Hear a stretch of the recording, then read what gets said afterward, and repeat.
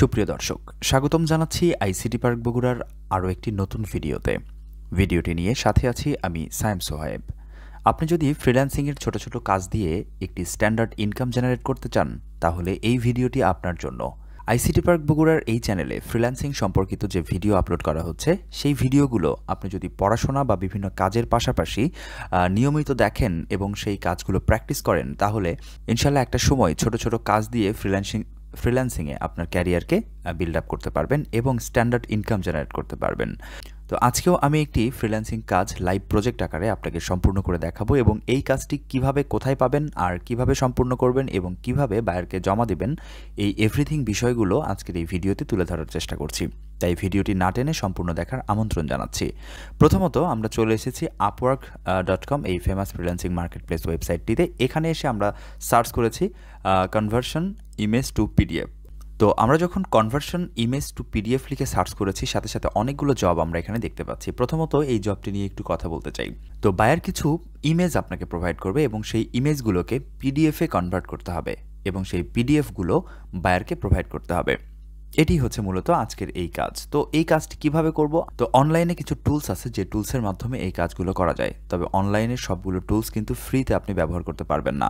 মোটামুটি 5 থেকে 7টা বা 10টা কাজ আপনি করে নিতে পারবেন, কিন্তু তারপর সেগুলো কিন্তু আর ফ্রিতে কাজ করবে না। তো আজকে আমি দেখাবো কিভাবে এই কাজটি একদম বিনামূল্যে কোন টুলসটা ব্যবহার করে আমরা সম্পূর্ণ করতে পারি, সেই প্রক্রিয়াটিও দেখাবো। তার আগে আমি একটু দেখাই যে এই জবটি আপওয়ার্কে কতটা জনপ্রিয় এবং কতগুলো কাজ পাওয়া যায় আপওয়ার্কে। একটু নিচের দিকে যদি আমরা আসি, দেখেন এটিও কিন্তু কনভার্টের কাজ। এরপর আরেকটু নিচের দিকে যদি আসি, তাহলে দেখেন image to PDF file. So image থেকে পিডিএফ ফাইলে কনভার্ট করতে হবে। এরপরে আরেকটু নিচের দিকে যদি আসি, তাহলে আমরা আরও কনভার্টের কাজগুলো দেখতে পাবো। এই যে দেখেন এখানে ইমেজ টু পিডিএফ, এখানে বলছে প্রায় $1500 একটা কাজ। এরপর আরেকটু নিচের দিকে যদি আমরা আসি, তাহলে এখানেও পিডিএফ থেকে কনভার্ট করতে হবে।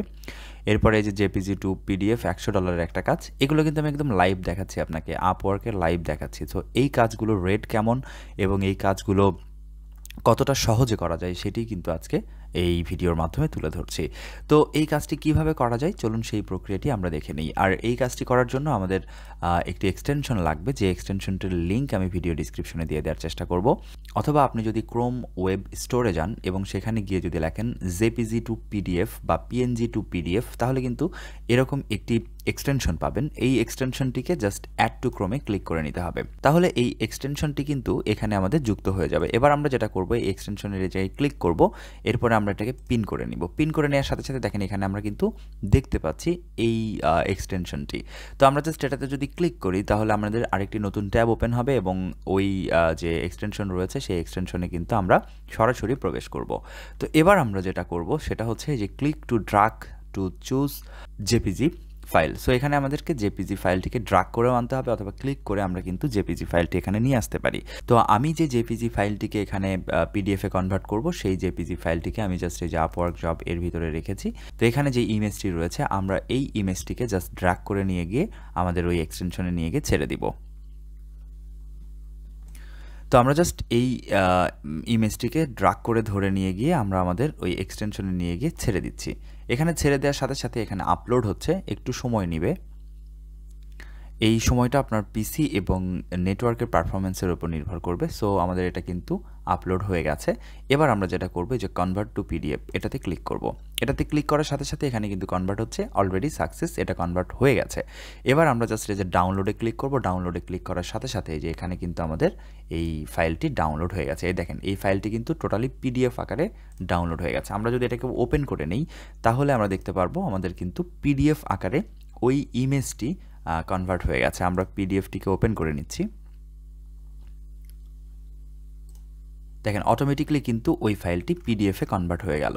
তো এভাবে আপনি কিন্তু এই এক্সটেনশন বা এই টুলসের মাধ্যমে আপনি চাইলে অসংখ্য জেপিজিকে পিডিএফে কনভার্ট করতে পারবেন সম্পূর্ণ বিনামূল্যে।